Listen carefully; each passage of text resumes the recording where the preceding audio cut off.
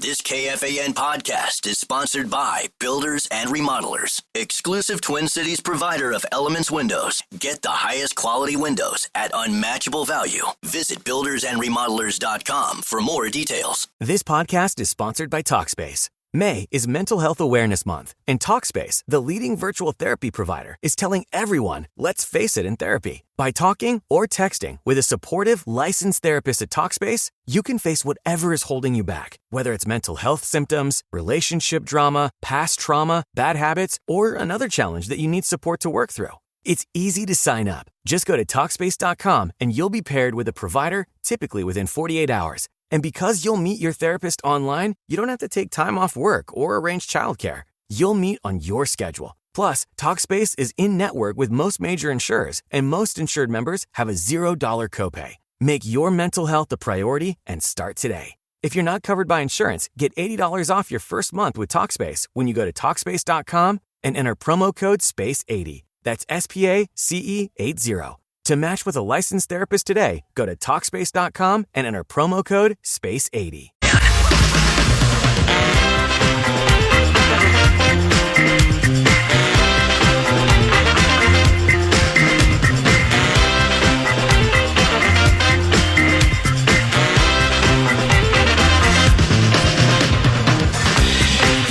5 o'clock hour of the program. Wolves in action tonight right here on the flagship FM 100.3 The Fan. I'm assuming pregame show again. The main pregame, official pregame, will start at 7 o'clock. Yes, sir. After Howlin' with the Homies. You got Once it, again, 6:30 to 7. And then postgame, they will be. Have Howlin' with the Homies ever had Sam Mitchell on the postgame show? I don't think they have. All right, well, we'll find out. Sam Mitchell joins us now, fresh off the golf course. Thanks to the good friends of the Connecticut Water Systems Hotline. No golf course today. What? Dude. What's that Man, all about? My wife decided that for the Memorial Day weekend, she wants to invite her friends over. So my wife is smart. She know I want to play golf. I don't have no children anymore. So my wife's friends, who a lot of her CTA have single friends, they decided they elected our house to have the Memorial Day weekend, their party. So I get to go play golf, but in order to do that, I had to clean the decks. Wow. And from all the pollen, I had to take all the furniture off. Man. I had to rinse everything down, mop the floor, everything. Get rid of all the cobwebs, spider webs, and everything. So I've been working like a dog, man, since 12 o'clock. So this is a welcome break. You are. For my wife, because she is a hard driver, man. And then she don't pay much, Dan. She don't believe in paying. What a you're still blue collar, Sam, after all these years. Think about it. That's how I was working. raised, dude. Yeah, Dan, I'm a country boy. You are. Look, that's true. If it's something I could do for myself, I do it myself. Yeah. I'm impressed. I just assumed a man of your means would have a guy. I'll take care of that. No. Take care of the, swab the decks, all that kind of stuff. I love that. Dan, I do most of my own landscaping, my flowers, my yard, all of it. Yeah. You mow the lawn too? Yes, Dan, I love it, man. I get out, I love it. I don't have a big yard. I've downsized. Yeah. It keeps me busy. I break a sweat. It's like a little workout for me. Are you in the greater Buckhead area, the fashionable Buckhead area? No, I'm outside of. I'm in the area called in the country? So I'm like 3-4 miles outside of Buckhead area. Oh, so that's nice. I like where I live. I'm close enough. Yeah, that's close enough. Farther enough. Yeah, that's a good combination. Outstanding. Are you going to stay in Atlanta forever, you think? Is that it? The traffic is getting so bad. My wife eventually wants to move to like this area called Lake Oconee and maybe get a condo on the lake or a house. I'm thinking as I get older, my buddy is building a big house on the lake, but I don't want to do that at my age and have that upkeep. And now they're building nice condos on the lake. You can get a boat. You can still have a boat dock. You can have a deck overlooking the lake. So why have the house when we could do a condo and still have all the things that come with it? Yeah, that's smart thinking. I don't blame you for any of that. All right, let's get into it. Game 2, as you know, is tonight. I'll start with an interesting text I got from a listener out of Rochester, Clayton. What does Sam think KG's message would be to this Wolves team that after game 1, let me finish or scroll down, how to sharpen up as a team and how to approach SGA. What do you think? What would the KG message be if he's in the locker room with these players, besides the fact that he wants them to turn their cell phones off at halftime? What would his message be to make sure that you get right back in this series tonight? Man, they can win this series. Look, they didn't play great in the first half, and they had the lead. Look at the defense they played on Shea. Shea got going in the second half, but everything that Shea did, Minnesota knows. Minnesota knows where Shea and Jay Williams want to get to, their spot, their 15 to 17-foot range, those elbows. They know that. Look at the turnovers. I'm watching the game, Dan. Julius Randle waits to get trapped, then tries to make a pass. Look at the dump turnover. Anthony Edwards dribbles for because in one spot with the defense loaded up, and then he gets stripped to take a fadeaway three, and then the Wolves take 51 threes. And then people going to tell me, Rob Perez, my radio guy who I'm going to do the pregame show with at 7 o'clock. Yep. Oh, their small defense just created havoc when they put Lou Dort at the 4 and somebody's at 5. Stop. Julius Randle and the Wolves are going to be fine. They're going to adjust. They played terrible. Did you see during that timeout late in the game when Coach Finch called a timeout, put Julius on the elbow, and Julius got a quick drive to the basket? They're going to do more of that. They're not going to take 51 threes. I hope not. They're going to continue to play better defense in the second half on Shea, get them out of their spots. And, Dan, this is the thing that disappointed me the most.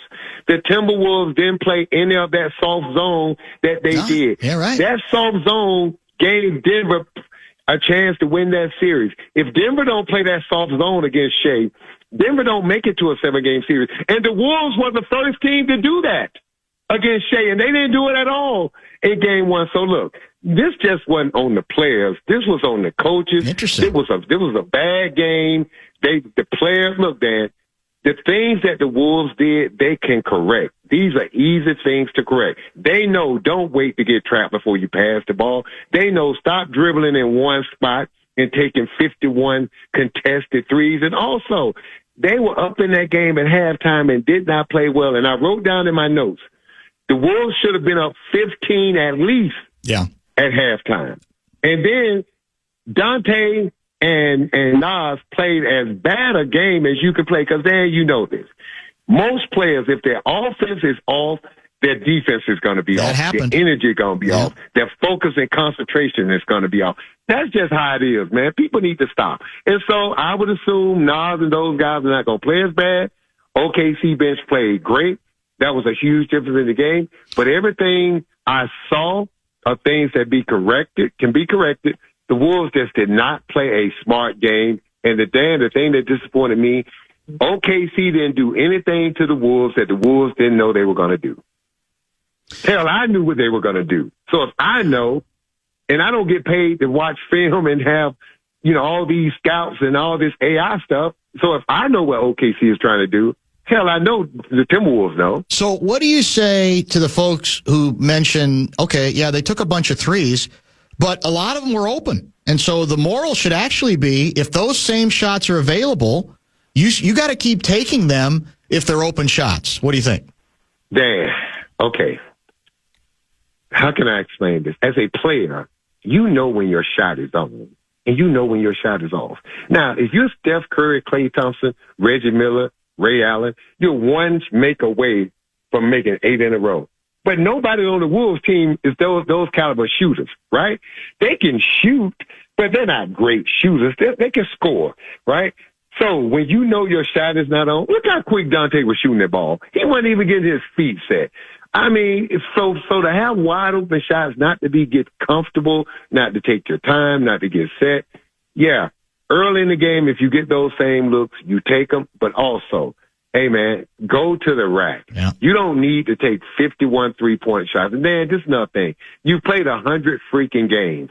This late in the season, everybody's legs are tired. You shoot long shots with your legs. And when you have tired, weary legs, your shot is going to be short. That's why normally you see 3-point attempts go down in the playoffs rather than go up. All true. In fact, to your point, we chatted about this stat earlier. Game one, the Wolves took just 12 of their 83 shots at the rim, That's the lowest. That's one of the lowest rates for them all season. They are one of the highest rated teams. Oh, Dan, let me run somebody. Not to interrupt you. Yeah. Rob Perez gave me this stat. Okay. In the first quarter, this how OKC scored all their points. They had 20 points, right? They got them off the 7 Wolves turnovers and free throws. Yeah. So what are the 2 things you can't do against OKC? Turn the ball over and put them on the free throw line. So think about this. The only way the OKC Thunder scored in the first quarter was on turnovers and free throws. Now think about that. Yeah, that's very large. There's a lot of numbers that were not good. In the paint, outscored 54-20. As you mentioned, points off turnovers, Wolves are outscored 31-10. Fast break points was 12-0. Now, the second half, Oklahoma City made a lot of shots, and so it's hard to run when you're taking the ball out of the basket. Run. But the Wolves didn't. It's hard to run when you're not forcing turnovers. Yeah, right. You're not. I mean, the Wolves look, Dad. They just did not play a very good, smart basketball game. They did. So, and Dan, they were up at halftime. Up 4. Think about how bad they should have been up 10 at the halftime. And they were winning the game. And look at their defense. And the OKC, the only way they could score in the first quarter was on free throws and your mistakes, your turnovers. Not defensive lapses, but turnovers. And, well, by the second half, I think it was also defensive lapses because I do think Finchie talked about it. They let bad offense, they hung their heads a little bit, and I don't think they were anywhere near as good defensively. Now, there's also the foul issue, which my producer and I got into a major debate on much earlier in the show, and it goes back to the referendum going on nationally. You guys have talked about it, I know, from time to time, about the calls that Shea attracts and whether he gets too many calls. And I don't disagree that he gets some calls where I go, my God, I wish the refs wouldn't be baited into those calls. But I also look back in the game itself, and I thought if I'm listing things that put the Wolves in the position they're in, I just think there are so many bad things the Wolves did that they can do better that had more to do with the outcome. Where are you on the ongoing debate about how is Shea like nobody else in terms of attracting foul calls he shouldn't get? Is he the James Harden of this era? Is he the Luka of this year? What do you make of all that? Hey, James Harden, but go back to the series against Denver. They let them play more. Shea didn't get to the free throw line. They let that series, those referees let that series play a lot more physical. And remember, Shea wasn't getting to the free throw line. And that's one of the reasons why it was a 7-game series.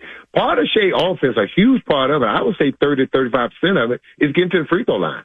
Right? That's a huge part. And if the referees are going to call, I'm not going to say ticky-tack, but go back to that Denver series and look at some of the bumping and grabbing and holding and contact at the rim that they let Denver get away with, that they didn't let the Wolves get away with in game 1. And I'm surprised Coach Finch didn't take a fine after game 1 because you got to let the referees know we expect the same. Y'all have let the playoffs be physical up until this point. And now we're going to get to the conference finals, and now all of a sudden you're going to decide to blow the whistle? Oh, no. We're going to let this thing stay physical, keep it physical. And that was one, if I was Coach Finch, I would have took a fine on that one because they let that Denver series play a lot more physical. And the Wolves is going to be tougher for the Wolves to win this series if Shea gets into the free throw line 14, 15 times a game. So what's the strategy? What do you tell your players? Or do you do it the old, all right, we're going to try at least to force the officials to make calls on Oklahoma City as well by slashing the way Shea does, by getting the basket more. You still may get screwed, but at least then you say, all right, make them, if we're going to blow the whistles the way they have, then let's try to see if we test the officials and make them, and then maybe gain some advantage from that as well. Dan, every coach, every player know this. You start the game shooting jump shots, playing soft, you're not going to get the whistle. The whistle always going to go to the most aggressive team. Always. Right? That is going to be in the mindset of the officials, and it's going to be in the mindset of that other team. Now, if you're making those threes early, great. But if you're not, you got to establish how you want that game officiated. Be aggressive. Take the ball to the rack. Force those officials to blow that whistle and let them know we're not just going to settle for threes. We're going to take some threes, but we're going to take them when we want to take them. Other than that, we're getting out of transition, and we're going to make the officials called blow that whistle, and that's what OKC did. Mm-hmm. Look, man, give OKC credit. They did everything that they wanted to do, that they needed to do the quarter on to win that game, and nothing that they did surprised the Wolves or should surprise the Wolves, because, again, I know what they were going to try to do. You know what they were going to try to do. The Wolves certainly know, but this game, can I impose my will on you? And game one, OKC imposed their will on Minnesota. Now in game two, the good thing about being embarrassed in game one, if you're Coach Finch, you know your team is going to be ready to play in game two. You know this because everybody's watching, Dan. Yeah, for sure. This is the thing. You don't need to scream and curse and yell. Everybody's watching. The players want to win. You think Anthony Edwards goes down and get hurt, he makes $50 million a year, and he comes back in a game 45 like he does during the season because he don't love it, because he don't want to win? Of course he does. So, again, the Wolves just didn't execute, just didn't play up to their ability. And, again, OKC had a lot to do with it. But the beauty of it is there's nothing the Wolves did that they can't fix. So where does Rudy fit in to all of this? He got the 2 quick fouls. Stupid. The second one was really dumb. Had to sit a bunch. Offensively, gave them nothing. But then again, defensively, the second half where they weren't as good as the first half, he wasn't on the floor all that much. So I still feel like Rudy has to play a part in this, even if it's just mainly on the defensive end of the floor. No? Well, then they got to keep him on the floor. Think about this. OKC didn't outscore the Wolves in the paint because they were getting post-ups. They outscored the Wolves in the paint because they were driving to the basket, getting in the paint, getting layups, putbacks, and getting those floaters in the paint. Rudy's good at deterring those things. You don't have to block them. The guys just have to know that you're coming. And so I think it's imperative that they keep Rudy on the floor. Second, when you run that high screen and roll with Rudy, don't give him the ball early. You don't give Rudy the ball until you throw it up high at the rim. Too many times in that game, they kept throwing the ball at Rudy at his waist level. Get it up high, man. They put him in some awkward situations. They're going to clean all this stuff up. But to your point, Dan, they got to keep him on the floor because OKC does not have a post-up game. No. Right? So if you got Rudy on the floor, a lot of that stuff, driving to the basket, scoring that way, Rudy can shut that down and make it more difficult. Well, speaking of post-up games, that's kind of a quaint notion, right? Because people don't do that much anymore. But is it possible that's something the Wolves should mix in here as opposed to just slashing? Can you get Randall posting up a little bit? Can you get Absolutely. Because I don't think we're doing that much. Is that something that could work against this defense? Well, go back, Dan, to when at the time out late in the game. Put Anthony Edwards and put Julius on the elbow. Mm-hmm.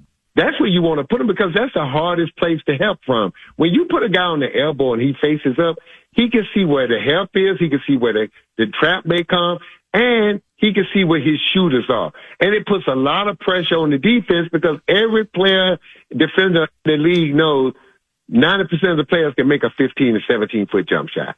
And then with one dribble, you can get to the basket. So I would put Julius, I would put Anthony, I would run a lot more elbow action for those two guys, flatten everybody out, spread everybody out, and let those guys go one-on-one. And now when the help comes, they either go through the traffic or find their shooters. Real quick, Sam Mitchell is joining us. I want to get to a couple. I don't think I can have a whole conversation with you today without at least touching on what took place in Madison Square Garden last night against one of your old teams, the Pacers, because or in favor of the Pacers, I guess I should say. I got to tell you, I mean, we've all seen, you've participated in some pretty remarkable comebacks and collapses. I don't know that there's any in my basketball memory that quite matches what the Pacers did to the Knicks, final minutes, 2.5 minutes of regulation, and then to OT. I thought it was great basketball theater. I was stunned by it. What did you make of it? Dan, when you look at the circumstances of Eastern Conference Finals Game 1, up the way they were 6 minutes ago, yeah. The only thing I can remember close when I played for the Wolves, remember in Houston, we were down 20 with like 9 minutes to go. I think Jimmy Rogers was the coach or something, and he got thrown out, and we came back and beat Houston in regulation, and they fired the coach, Don Chaney, after the game. But that was a to the game, when you look at that playoff game and the collapse the Knicks had, and look, everything the Pacers needed to do to go right, all 10 things went wrong, right? All 10 things went wrong for the Knicks. But for all the people complaining, remember now, the Knicks were up big. Yes. The Knicks just got to just not. When you get a lead like that against the Pacers, you don't have to keep running the track meet. Now you slow the game down. Now you get the ball into Karl-Anthony Towns. Now you force Indiana to trap. And now you take those shots or get into the paint. And when the defense collapses, now you can hurt them on the offensive glass. So they're going to clean those things up. I thought it was a great game. I think all this does right now is just puts more pressure on the Knicks, man. You know, and look, of all the fan bases, it can be bad in all these other cities. But if the Knicks lose this series and it can go back because of the collapse of game one, oh, my God. You know how bad it's going to be in New York. Now, I was 100% fine with the choke signal. Now, even though at the time he's given it, Halliburton's given it, he thinks he's won the game, and obviously his foot was on the line. But, see, I love linking to prior history between the two teams. I think it's great for sports. A lot of people are down on him for doing it, and what are you trying to do, and you didn't even win the game. Man, I love that stuff. Love it. Yeah. Dan, it's been too much of a goody two-shoe league. After every game, they hugging and kissing it. Where we going out to dinner after the game? You know what I mean? Look, man, they should be upset. The losers go home. You one of 4 teams with a chance to win a championship. These opportunities don't come often. I was fortunate enough to play in 2 Game 7s in 2 Eastern Conference Finals and never get to the finals in 13 years. This is hard, man. And so, look, I don't have a problem with the choke single. I like it. I think these games need to get a little bit more intense. I think the fans are going to love the fact that these players, you know, the whole regular season, what was the biggest gripe for the fans? The players act like they don't care. Well, they're caring now. Yeah. You know what I mean? They're getting into it. So, look, man, I love it.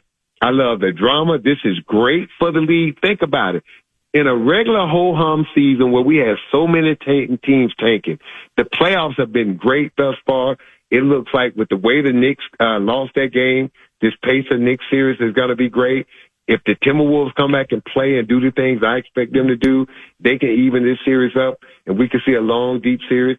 This has the potential for 4 teams that don't begin with the Lakers or the Celtics or none of those teams.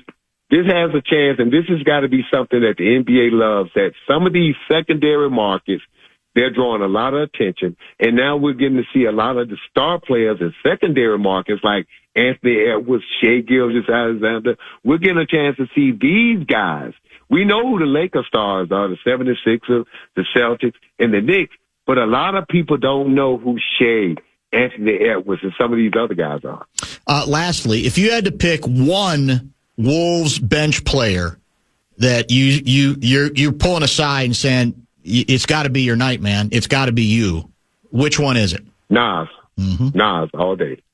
Because Nas because when the Wolves go small, they can still be big with Nas, Julius Randle, Jaden McDaniels. You understand what I'm saying? And Nas let his offense affect. Nas normally can hurt you on the offensive glass. He can hurt you with his passing. He let his lack of offense affect the rest of his game, and you can't do that. You got to prove your worth during the playoffs, and you can't let one part of your game affect the other part. Are you on pregame and postgame? Yep. You got a lot. Pregame and post, man. I'm already pumped up. Can you tell them why? Why? Oh, I thought you said... Dude, this games are fun, man. I'm going to watch the games anyway. Yeah, sure. Why not get paid? I was going to say, I mean, it certainly sounds like you've been into it, that's for sure. And Worldwide Wob sounds like an interesting... Dan. I'm watching the game and I'm taking notes. Are you really? That's why I can be in detail about what happened, because I got to talk you guys off the ledge, man. It's a 7-game series, and I'm looking at all the pundits. The OKC Thunder, this series over. Dude, they were up in the first half. Shai was 2 for 13. Yeah. The only way OKC scored in the first quarter was on freaking turnovers and free throws. Man, give me a break. Come on. Well, you don't have to talk me off the ledge or Gaardsy off the ledge, but you're right. It's an overreaction thing. When you have a second half that goes 70-40, that's what tends to happen, and we know that can be reversed. We've seen that before, but I know you love being the voice of reason.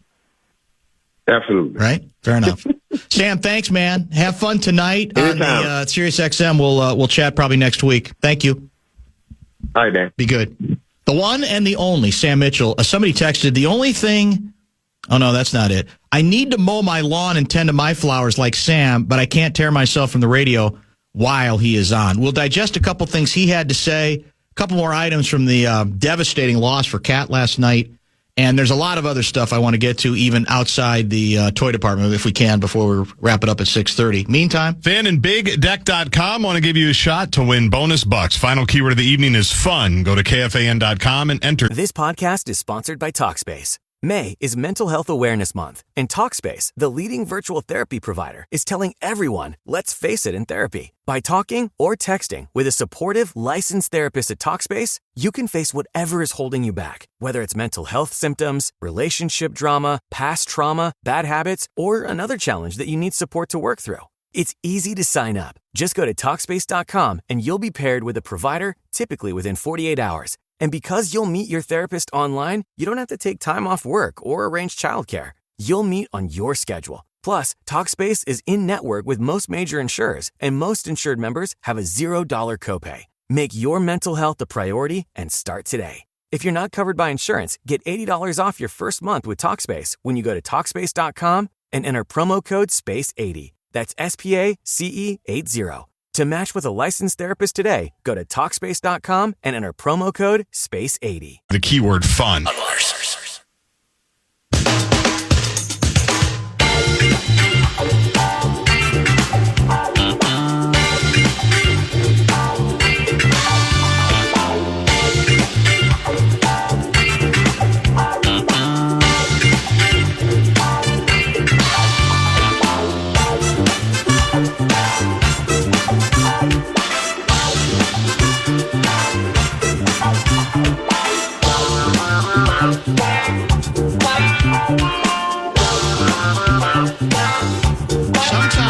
Got to get Sam Mitchell and Chris Carter in a room together and let them go. Maybe throw Mace in there after a while, too, just to see what happens. Yeah, Mitchell and, well, you could say, honestly, Mitchell with anybody be good, Carter with anybody be good, because they're both good. But that would be kind of an interesting mix, right? Those two guys. I wish we could do that sometime. I don't know if Mace could even get a shot off. That's probably true, yeah. Even just with Sam. Mace might start pouting a little bit, don't you think, to a certain degree? It is one of the benefits of, we've been doing the playoff shows now for basically like a month. It's so fun to have Sam on. It's so fun to have Tom Crean on. I'm sure Johnny Athletic's listening on iHeart right now in Oklahoma City. Johnny, it's always fun having you on. We always appreciate having you on. But to have guys that we don't, Mitch Lawrence, that we don't check in with all the time, it's just so fun. Yeah, it is a good time. Bradshaw and Bryant KFAN text line is open at 646-86. I guess I will leave it to others to decide this, but Larry Mandello guy loves to, shake things up a little bit and get people going, right? That's part of what he enjoys doing. Well, as far as the Shea whistle goes, it's good to hear that Sam agrees with Gaardsy and thinks Dan is wrong. I heard something different. Because, again, part of what is sad about this discussion that really has me perplexed is that at any point I've suggested that there aren't legitimate concerns with the whistle that Shea tends to get. Although, I will say, before I go any further, Sam was saying the last series was officiated differently, right? Let me give you Shea's free throw totals for the Denver series, okay? 9, 11, 6, 12, 5, 11, and 9. Now, that's not as many as 14, but it's not 3 or 4 a game. There are 3 games in which he was in double digits in the previous series. So what I think people, in my view, are going to have to look at a little bit is some of the free throws he gets in a basketball sense, he earns on the basis of discovering whatever the formula is to attract calls. He's not the first person to do it. James Harden made a career out of this. Now, it bothered people to a certain degree, but what I heard from Sam was that he thinks the whistle was too tight in that game, but I thought I also heard him say the Wolves did about 5 things that contributed more mightily to why they were in the position they were in, including, not the least of which is, stop taking so many threes, or at least try to force the officials to make some calls. I have tended in any game, no matter who the opposing player is, to not really be all that interested in the whining about officiating if at the end of the game you have fewer free throw attempts than they do in a game in which they have been at the very least more aggressive about not just taking 55 three-pointers. Part of what you have to do to convince me that you got jobbed is you have to show the same commitment to the mid-range game, to the slashing game. And if it's not your strength, maybe you don't do it as many times as the other team, but you do it a decent amount. So we can, I guess we can continue to argue about this forever. But I heard him say he didn't like how many fouls were called in that game, but he also thought that Oklahoma City, I thought he said, give them credit. They imposed their will. It was their game. And we can't, the turnover thing cannot be overstated. You heard him talk about that as well. And that has nothing to do, I don't think, with officiating, and more to do with sloppiness and, as we said before, turning your back in the basket or on the defender. So my guess is a lot of this, not all of it, but a lot of this, I think, has to do with when people are rooting for a team, there's going to be more of a tendency to want to put more of a. I've talked. How many years have we talked about the fact that we remember the games and the calls that went against us, and we do not remember the borderline plays and calls that ended up hurting us. There are missed calls all the time. We tend to remember them more when we think it works against us. But even in the last series against Denver, he was getting the free throw line a decent amount, and I don't think it's always because he's not getting any of the calls. But that's basically where we're at. Now, somebody said maybe I should reconsider my state of basketball position. Dan, it is the state of hockey. We don't know enough about basketball to acknowledge that Shea isn't the full problem. So he's saying I should reattach myself to the state of hockey on the basis. It's a very perverse way to look at it. Can I interject one thing? Yes, not on Shea. Okay. Because you talked about it with Sam, and I agree totally with you. On Halliburton last night, the only thing I was thinking about watching that fourth quarter was Reggie Miller in 1994, whatever year that was. Or it might have been 95. There's 2 different games, epic games that he had. Yes. But at the Garden, the only thing I was thinking of was this can't possibly happen again, right? Going back to when I'm 12 years old, we're talking 30 years. I remember talking about those games, Concord Elementary School on the playground, right next to Meat Sauce's house now in Edina. And the fact that Halliburton did the choke with Reggie in the building, I think is like top 3 epic thing I've ever seen. And I even saw people going, well, God, I bet it's a bummer that they didn't win the game on that shot. Of course, but that does not take away from the choke. Like, no, and at the time he did it, he thought it was for the win. But everybody's going, did he choke too soon? Yeah, I know. And now, is that bulletin board material? Be, in overtime, they're going to be enraged. Remember the choke. Yes. I thought that was one of the top 3 most epic things I've ever 100%. seen, and he had to do the Reggie Miller choke. If he didn't do the Reggie Miller choke with Reggie right there, I think that would have been rippable, in my opinion. I believe he had to do it. It is for theater. I believe it will be viewed in 10, 20, 30 years as a top 10 all-time playoff moment for theater. In all seriousness, for that reason, like you said, it's what everybody's thinking, and the fact that he had the presence of mind to do it with, as you say, on top of it, what made it really was that Reggie was there. You know the amazing thing about the original choke? And I don't know how many people realize this. The Knicks won that series. Yeah. For all of the choking, there was a remarkable, series of plays by Reggie Miller. But I've always thought that it's actually had too much resonance over the years. Wouldn't you think logically, the way people have continued to keep that in their hearts and talked about it, that must have killed the series, that the Knicks never recovered. They won the series.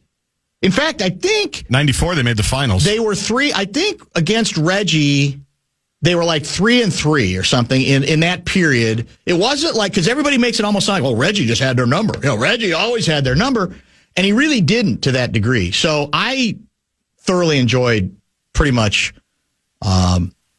every minute of it. So you know who played pretty well too, not just in regulation but in overtime? Cat played well. Cat played very well, and Brunson did not play well in overtime. No, he in regulation he hit some crazy good shots. Of course, but I think he had 7 turnovers. Now you can again say, given how much the ball's in his hands, you're going to have to expect a little more of that. But he did not play well. You're exactly right in OT.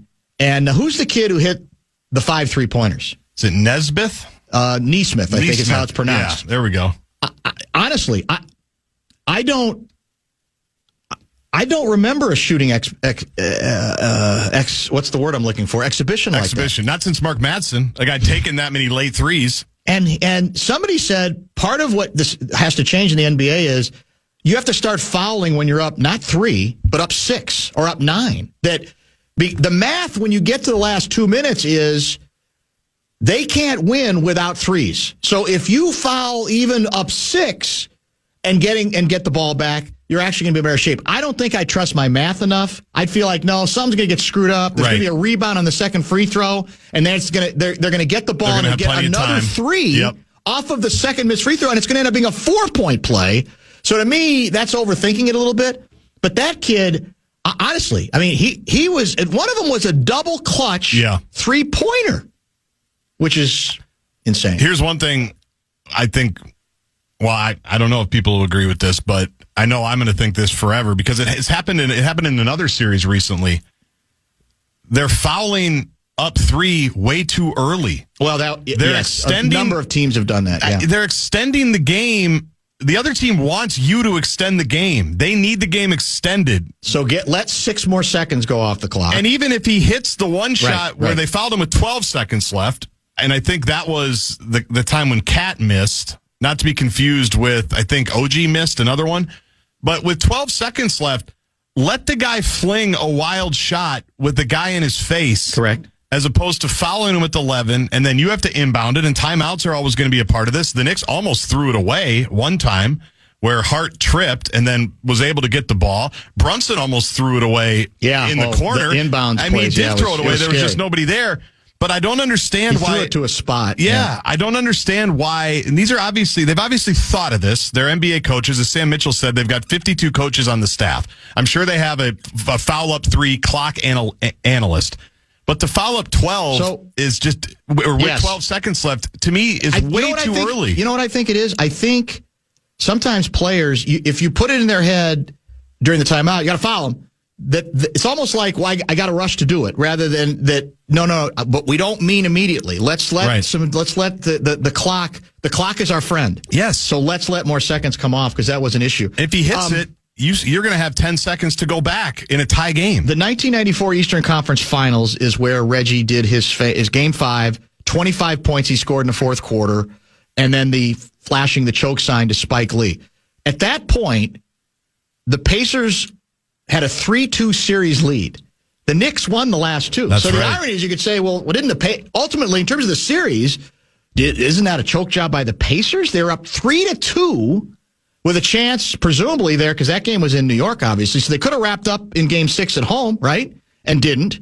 Lost that game, and then lost the ultimate game, Game 7 as well. Yet I think in the sort of the popular culture, it's almost assumed that, wow, remember that series where the Knicks blew it? Right. And Reggie stole the series? He stole the game. Yep. But as it turns out, he did not steal the series. We need a break. This podcast is sponsored by Talkspace. May is Mental Health Awareness Month, and Talkspace, the leading virtual therapy provider, is telling everyone, let's face it in therapy. By talking or texting with a supportive, licensed therapist at Talkspace, you can face whatever is holding you back, whether it's mental health symptoms, relationship drama, past trauma, bad habits, or another challenge that you need support to work through. It's easy to sign up. Just go to Talkspace.com and you'll be paired with a provider, typically within 48 hours. And because you'll meet your therapist online, you don't have to take time off work or arrange childcare. You'll meet on your schedule. Plus, Talkspace is in-network with most major insurers, and most insured members have a $0 copay. Make your mental health a priority and start today.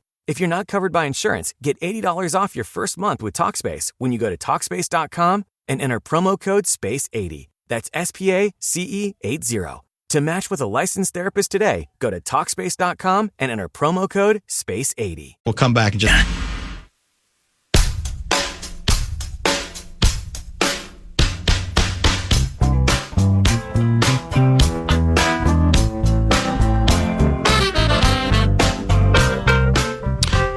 612 guy writes, I was listening to Sam while mowing the lawn. It's called iHeartRadio and headphones. That's Bo from Savage. Yeah, there is a way to do it. If you're willing to, I guess, get the proper equipment and make the proper adjustments, one could say. Hard for me, this is Thinking Ankle, hard for me watching TNT pre and post knowing we have only 2 more games with them in this exact format. Love you both to comment. ESPN is worst ever for me. Well, part of what I think you get spoiled by TNT. I mean, there's no question about that. That doesn't mean the ESPN product is awful. I don't think. It just means it's hard to match the energy of the TNT panel. Now, I've not heard. I didn't hear much of it after the game yesterday or even before with Draymond. Yeah. So I don't know how that went, and I just watched halftime. I didn't stay up for the post game. I probably should have because I'm sure it was epic and mythic. But halftime was fine. There were no incidents. Really, Shaq just trying to dance because I think Mary J. Blige was doing the halftime show at the Garden, and they're in the arena, yeah, so they can hear the whole halftime show. And so they were like getting distracted. You mean? Shaq finally said, "I can't help it, Ernie," and just stood up and started dancing during the music. So then that became the bit, that they go to break with. With Twitter, people talk. Shaq when he hears Mary J. Like this whole bit that became the bit. But Draymond was good. Draymond was fine. There wasn't a lot of controversy at the half. Nothing. Was there any discussion about the Wolves? Not at halftime. And I'm sure pregame there was. Okay. I just didn't catch it before then. iHeart and headphones at the moment. That's from Thank you. TP2K guy. You can make KFAN a preset on the free and easy to use iHeartRadio app. So it's like a radio station right there on your phone. 612 guy. Hey, I love the show. Been listening since it was WDGY. You guys are great. That's a long way. That's not just you, but me. WD. I don't think it was. I think it stopped being. I think it was the fan when I joined. I don't think it was WDGY. It was Hartman basically the WDGY days, correct? That sounds when right. It was sports, I think. I have a DGY mug at my desk from back in the day. The DK in Maple Grove. The goal is to gain a split in the first 2 games. Well, yeah, as Gaardsy might say, be up a break before coming home. The Cliff got really crowded after the Knicks game last night. Back away and let the New Yorkers have some room. So DK, I'm assuming, is a Knicks fan, apparently. Must be. I'm not declaring the series over. That's a tough team. And I think Tibbs has done a really good job with that club. I mean, look at what they did against Boston. But I'll give you the 2 stats that a lot of people are quoting today regarding the historic nature of the broadcast. No team trailing by 9 points or more in the final minute of regulation or overtime had won a playoff game since 1998. The record during that time was 0 and 1,414. Similarly, since 1997, no team has lost a playoff game leading by 14 or more with 250 remaining in regulation and overtime. The leading team was 977-0. Tweet that. Going into Wednesday. And we quoted, the Pacers have already had 2 other comebacks that are historic. There is no lead safe against these Pacers. It's amazing. And there's a, how do I describe it? There's a free and easy to the way Halliburton plays that is fascinating to watch, right? It's almost like, I'm just playing. Right. You're not going to get to me. And it's not like he makes every shot. He's got a weird shooting form, too. It's very weird shooting form. Like his 3 does not look good. Yes. But he makes it enough. And by the way, the Knicks defense Speaking of defense, the last couple minutes of regulation. Agree. That was bad. Well, it was not good at all. It was almost they mentioned on the broadcast, one of the inbounds passes, it was the easiest inbound in the history of man, and it ended up being it led to a layup. Yeah. Well, it's a dunk by Toppin. Yeah. Who got fouled on the play, by the way. They didn't even call the foul. I think. Speaking of that. In regulation, I think. If it would have been called if it was SGA. In fact, they would have called probably a flagrant 2. It would have been upgraded. Yeah. They wouldn't even had to review it. Correct. I think the Knicks just thought the game was over because Nesmith just started firing heat check threes, right? Because they were down so much. I don't know what they said post game, but I got the sense that the lead was so big because it was. You just read the numbers. They're stupid numbers that have literally never happened before for a team to come back from a deficit like that at that point in the game. I think they just quit. Not quit, but just let go of the rope. Yeah. All right, have another heat check 3. Oh, you made that one too? Okay. But after like 4, you probably want to tighten up. And Cat and somebody got completely flummoxed. Yes, they did on a switch. Because Cat was clearly switching. I don't think OG was. He's playing drop for some reason. Like, I listened to Dane Moore. I know the coverage. You love the drop coverage, don't you? He's back at like the free throw line and just lets him walk into a 3 while Cat's bear hugging whoever the screener was. I just think they almost Timberwolves did in a way where they just let go of the rope a little bit. And by the time they figured out they were in a ball game and had to make those free throws, each of them missed 1 of 2, and that gave them just enough life. You are 100. And they could have lost in regulation if not for Kevin Durant's big toe. That's true. And that's the other thing. Yeah. Like that game could have been. The choke could have been even more mythic because the game would have been done right there, and everybody thought it was. I don't recall ever seeing a ball go. I've seen balls go straight up before. It was epic. I don't remember a ball going up that high because I think it was above the top of the backboard. It was went really high, straight up, and it swished. Now there's a famous moment in the NBA Finals going back to I think the late '60s. Was it '69? Don Nelson then with the Celtics had a similar shot that the ball kind of did the old rim thing, knocked a couple times, and then went down through the basket. And then the Lakers got eliminated once by a Ralph Sampson shot at the buzzer where he turned and shot at the same time. And the same thing, the ball hit the rim, but it didn't go like this one straight up because it was a swish. Yeah, it was unbelievable. When it went in. And I, like everybody else, assumed, well, that was that's it. He was behind the three-point line. It's actually over. They're out. They lost. It's remarkable. There's a good Larry David video that's been circulating where he was sitting courtside last night, and no one could believe it. By the way, can we bring in some celebrities to Oklahoma City for our series? They can't get tickets. They live outside of Oklahoma. Oh, that's right. How about when we come back here? We got the other series. They're showing like a headliner every 4 seconds. It is crazy. We got nothing. We got Dumel. Dumel's big. Is he showing up? He's been at like half the games. We always have JJ. Okay. Yeah. Well. And Krager's comes. Yeah. I mean, Krager's couldn't even get the Jumbotron treatment. That's how big we had it. I haven't texted Krager's. Maybe we'll try to get him on maybe even tomorrow, depending on how he handles whatever happens tonight.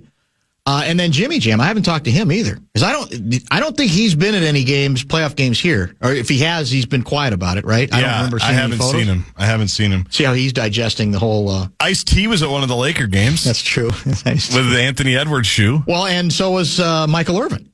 Michael Irvin was there. Now, but was that on our behalf? No, he's tight with Randall. He's tight with Randall, but I think he wanted to see Ant too. I think we're punching above our weight as a little. Well, compared to Oklahoma City, who's there? Nobody. Aren't there any famous people that are Oklahoma City fans? If there are, they haven't shown them. Yeah, maybe because they're not wearing the shirt and they got kicked out. Are you good at finding Vegas odds? Yeah, I think so. Will you during the break here try to find whatever the sites are you prefer, whatever's the easiest? What's the over under on the number of free throw attempts for SGA tonight? We'll explore that.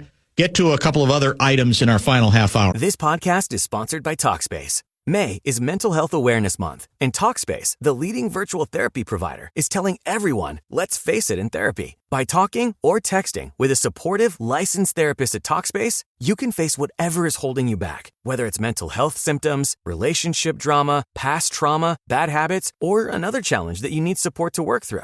It's easy to sign up. Just go to Talkspace.com and you'll be paired with a provider, typically within 48 hours. And because you'll meet your therapist online, you don't have to take time off work or arrange childcare. You'll meet on your schedule. Plus, TalkSpace is in-network with most major insurers, and most insured members have a $0 copay. Make your mental health a priority and start today. If you're not covered by insurance, get $80 off your first month with TalkSpace when you go to TalkSpace.com and enter promo code SPACE80. That's SPACE80. To match with a licensed therapist today, go to TalkSpace.com and enter promo code SPACE80. Man.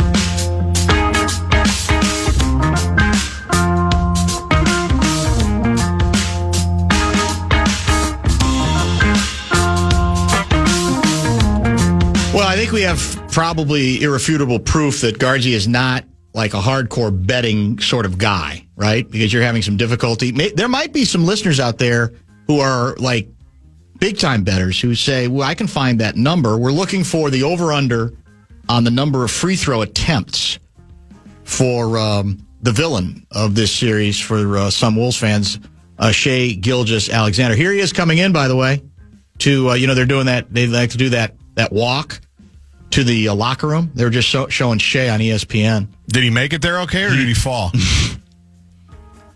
He had a very emotional press conference yesterday when he was awarded the Most Valuable Player award. I do love those. I'm guessing that you will dismiss that as not real emotion. That, like everything else, he sold it well. No, the MVP press conference is always special, right? There have been some great moments out of that. There was the KG one was a good one, as I recall. Was it? See, I don't remember that one. I think it was pretty good. I remember Durant and Westbrook. There have been some great moments. Clayton from Rochester. I saw CeCe Sabathia courtside at the Knicks game. What former Twins pitcher could be at the upcoming Wolves game? Could it be Pelf? I think Pelfrey has left Minnesota behind. Yeah. I don't think he felt a strong investment here. Do you? No, he spent some time. Was he coaching in a college game or something? At his alma mater, Wichita State. Right. I can't remember if he was the head coach or if he was the pitching coach, but I'm pretty sure that staff got let go. We looked him up within the last year or so. Right? Okay. And in the press release where they fired the staff, Pelfrey agreed that they should have been fired and took full accountability. Said we didn't win enough games. He agreed with the decision to be let go. That's probably in Pelf fashion. That's no question about that. And you said the spread's bigger tonight than last night by a point? Is that right? I don't think I said what the spread was. I think Gleeman did. Gleeman did during a break that it's 7.5 right now. Or jeez, wasn't it 6.5? Now they did have an interesting graphic. ESPN, some of our numbers after a playoff loss, and pretty much, in all three of them are shooting. I mean, pretty much everything went up. Our shooting percentage went up big. The opposing team's percentage went down. Points allowed, the whole bit. I'm going to be stubborn about this. I'm still sticking. I still think the Wolves can win this series, but I kind of feel like they need to win tonight. Now, you can do the argument that you don't have to win tonight because you know that games 3 and 4 are going to be at home. Maybe it depends on how you lose. I don't think you can lose the same way you did in game 1 and feel very good about it. But I'm not going to throw the baby out with the bathwater. No, whatever that saying is. You got it. Quite yet. After having predicted the Wolves in 6 before the series, they're just going to have to make a lot of improvements. They're going to have to make a lot of changes over what they did. And but when I said this earlier, that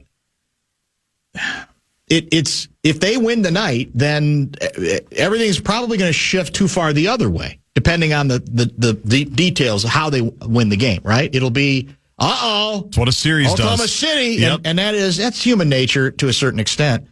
But I just think I felt like the first half they were putting some doubt in the home team.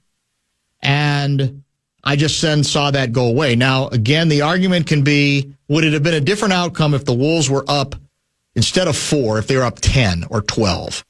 10 or 12 is not prohibitive anymore in the NBA, but We saw that last night. Well, that's true. That was the problem at the half, was they were not as far ahead as they should have been, given what a good job they'd done defensively, and how poorly Gilgeous-Alexander had shot. So there's a lot of ways to look at it. I at the very least, I will be gobsmacked if this is not a really good game. I think tonight it will at least be that, and I just want to see them put some of the pressure back on them. And yes. As we talked about with Sam, I don't know how you do it, but I think you got to find a way to force the action going to the basket. And that's hard with this team, especially when they play two bigs. I understand that. But the other thing is you have to find a way to get out on the break. And there's danger in that, because sometimes we turn the ball over on the break, and that's already a big enough issue. But I think you have to take that risk a little bit. I think you got to get some easy baskets. It can't be as painful as it ended up being in the second half. And what did we take? How many 3-pointers did we take? Was it 50? 51. I'm not going to say we should take half that if they're open, if they're good enough shots. But I'd rather see us, mix and match. Now, if they're going, then I guess you get in that mode. Then you're going to keep shooting. But I would like to see a greater mixture. And we hadn't really talked about it, but Mitchell also brought up he went after Finchie more than anybody else, really, saying that he was very disappointed that we didn't use the quote unquote soft zone very much. I didn't think we used it at all. Did we use the zone at all? I don't remember it. So that's another interesting wrinkle. I didn't talk with Johnny about that. Should we do that? Give them some other things to think about and to look at. And by the way, at least on paper, that's part of how you protect yourself from foul issues with a zone. Now, theoretically, we'll see how that goes. But that's where we are, I think. DraftKings have the Thunder as 8.5-point favorites tonight.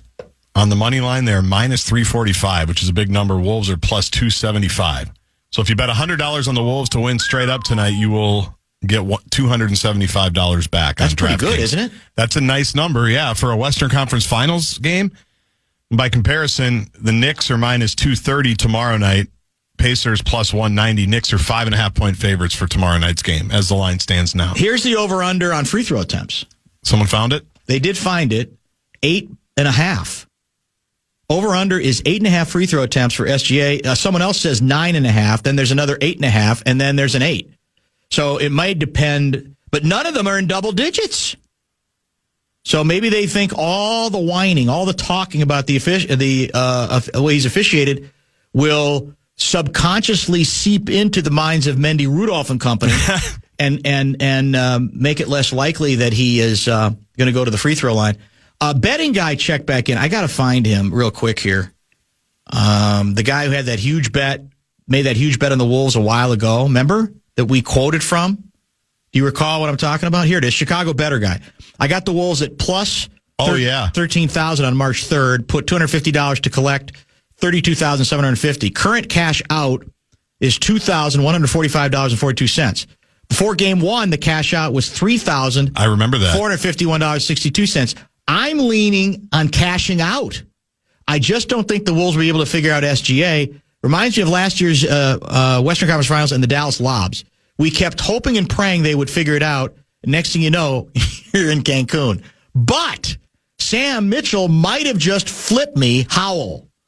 So I hope what would you do in this spot? I mean, so if he could cash out right now for $2,000 for $21.45 after putting in $250. Yeah. I might play it out now. Well, to me, it's how badly do you need the money? Yeah, that's true. Do you need that $2,000? Would that $2,000 help you? Yeah. Or are you comfortable letting that $2,000 ride and being okay? On the front end, you were okay with losing the $250. So are you okay with theoretically losing this $2,000? Here's the only free throw bet right now on DraftKings, according to Joe, who just tweeted at all of us. Okay. It's one of the special bets that they make to try to get you to make more. SGA had 14 free throw attempts in game one. Back to feast at the line again, they say, with an exclamation point. The bet is 12 plus free throws made. Who is saying this? This is DraftKings. Oh, DraftKings. Okay. And I think the app. Somebody just screenshotted it for us. is a plus 400. So not great odds, but $10. Actually, really great odds. I'm sorry, I read that wrong. Really good odds. $10 I see would pay that. $50. Yeah, somebody sent it. Joe from Tucson sent the same thing you're reading from. So there are a few places. Okay. The only free throw bet on DraftKings right now is for you to bet that Shea has 12 plus made free throws, which by definition, that's at least 12 attempts. Chris F. writes, why are you defending SGA? In addition to flopping, do you not remember that he kidnapped the Lindbergh baby, slapped Chris Rock at the Oscars, broke into the Watergate Hotel, stole the 2020 election, and signed Joe Smith to an illegal contract? You tell me former players have done that for years. All those things. Well, that's true. SGA's not the first. He's not the first. Very true. Let's break. We'll wrap things up, remind you what we have coming up tomorrow and what we have coming up. This podcast is sponsored by Talkspace. May is Mental Health Awareness Month, and Talkspace, the leading virtual therapy provider, is telling everyone, let's face it in therapy. By talking or texting with a supportive, licensed therapist at Talkspace, you can face whatever is holding you back, whether it's mental health symptoms, relationship drama, past trauma, bad habits, or another challenge that you need support to work through. It's easy to sign up. Just go to Talkspace.com and you'll be paired with a provider, typically within 48 hours. And because you'll meet your therapist online, you don't have to take time off work or arrange childcare. You'll meet on your schedule. Plus, Talkspace is in-network with most major insurers, and most insured members have a $0 copay. Make your mental health a priority and start today. If you're not covered by insurance, get $80 off your first month with Talkspace when you go to Talkspace.com and enter promo code SPACE80. That's SPACE80. To match with a licensed therapist today, go to Talkspace.com and enter promo code SPACE80. Tonight, right here on the KFAN.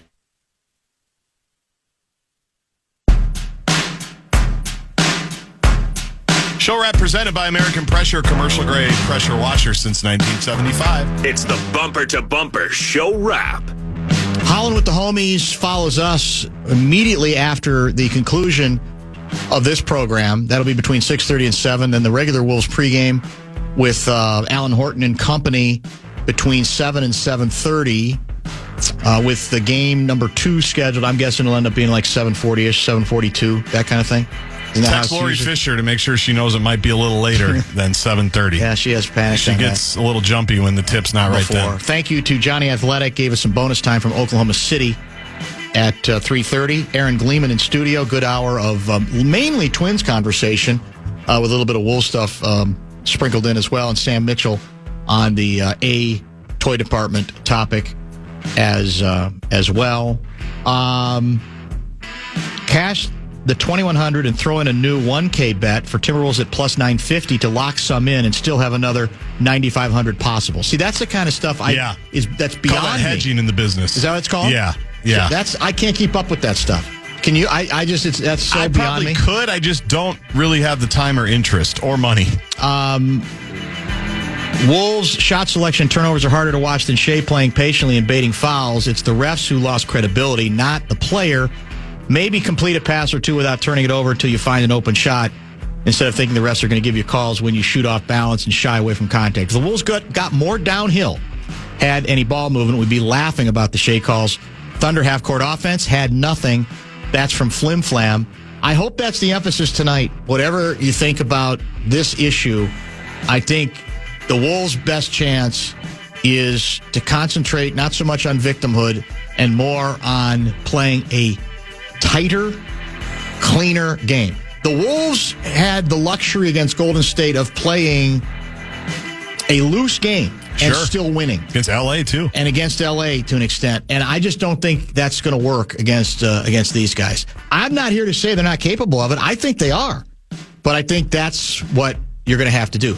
I will say this on the Gilgeous-Alexander issue. I wouldn't have a problem at all with a, how do we call it in the business? A hard foul or two. I'd have no difficulty with that at all. I'd like to see, the kind of foul where it may be borderline. It may be a little borderline. Maybe it's potentially a flagrant one. I don't have any problem with getting into somebody physically who is as finessey as he is. I'd like to see. Now, might he get even better? I don't know how he reacts to that kind of thing. I have no problem with that. I think... now, you could say Edwards did that in a passive-aggressive way in Game 1, throwing the ball at him. Yeah. And then he did the other thing where he was kind of... He He fouled him, and then he was kind of on top of him, and then kind of like that was dumb. But that's not a. If you're gonna get a what's the expression? A pound of flesh. Right. That was to me too passive. That's Minnesota passive aggressive for me. I would rather have something a little bit more aggressive. Well, what's interesting is because Randall D'd him up pretty well in the second half at some point, and he was extremely physical with him.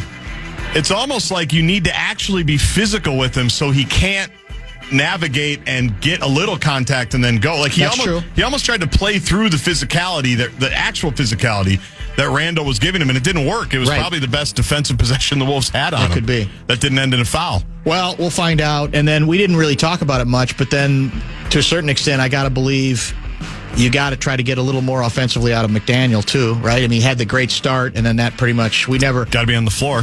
That's true. That was part of it. We never heard from him again. So we'll see. I'm as curious as anybody. We got to beef up the ratings because we just didn't do very well. People apparently liked Minnesota-Dallas better than Minnesota-Oklahoma City. What's the only variable? Well, here's the... Oklahoma City. Yeah, I guess. Yeah, they're bored with... They came out last excellence. Year. Yeah, that's true. I actually think nationally, the best series nationally would be Minnesota-New York. Agree. In terms of interest, I think there'd actually be more interest for a lot of reasons. Big time. I know I don't want to go down that road of, well, then you have to apologize if you the other teams and win the series in advance. But I think if you're being honest, that would be the series, would it not? Of Anthony Edwards in New York? Yeah. With the Knicks, just in general? Against his old teammate and the Cat story and Tibbs and all that sort of thing. I think that would be the best series. But that means both teams are going to have to come back. Right? That's true. They're both down 1-0. Down 1-0. The plans are ongoing. I think at least one of us will be at the cage for the Monday game, for the Memorial Day. Memorial Day. It's going to be. You realize it's going to be Labor Day before you know it. We're not doing a show Labor Day, are we? Over? From the fair. Let's get that out of the way now. No, we haven't done that in a few years. Yeah, we only did that because of Cragers. Summer's almost over. Yes, I do. We're down to 3 months. June, July, and August. That's what happens when the Wolves go on runs. It's fun to do the shows, but you forget that there's a whole month of May that we're not enjoying. Well, it's fun arguing. Maybe people complain that we agree too much, so maybe it's better we argue. I don't know. Is it better, you think? Depends on the topic. Yeah, that's probably true. Thanks for listening. I'm not going to be like DiVincenzo and just firing on all cylinders. I'm going to be a little more judicious. I'm going to wait for my shots. All right, well, let's do this. Let's wrap things up and prepare for Howlin' with the Homies. That's between 6:30 and 7 o'clock. And then, as I mentioned, Wolves all night, and then they're doing postgame. So you can whine later as well when SJA goes to the free throw line no fewer than 19, not 9 times, 19 times. We'll talk to you tomorrow at 3. The job is done. We can go home now. This podcast is sponsored by Talkspace. May is Mental Health Awareness Month, and Talkspace, the leading virtual therapy provider, is telling everyone, let's face it in therapy. By talking or texting with a supportive, licensed therapist at Talkspace, you can face whatever is holding you back, whether it's mental health symptoms, relationship drama, past trauma, bad habits, or another challenge that you need support to work through. It's easy to sign up. Just go to Talkspace.com and you'll be paired with a provider, typically within 48 hours. And because you'll meet your therapist online, you don't have to take time off work or arrange childcare. You'll meet on your schedule. Plus, Talkspace is in-network with most major insurers, and most insured members have a $0 copay. Make your mental health a priority and start today. If you're not covered by insurance, get $80 off your first month with Talkspace when you go to Talkspace.com and enter promo code SPACE80. That's SPACE80. To match with a licensed therapist today, go to Talkspace.com and enter promo code SPACE80.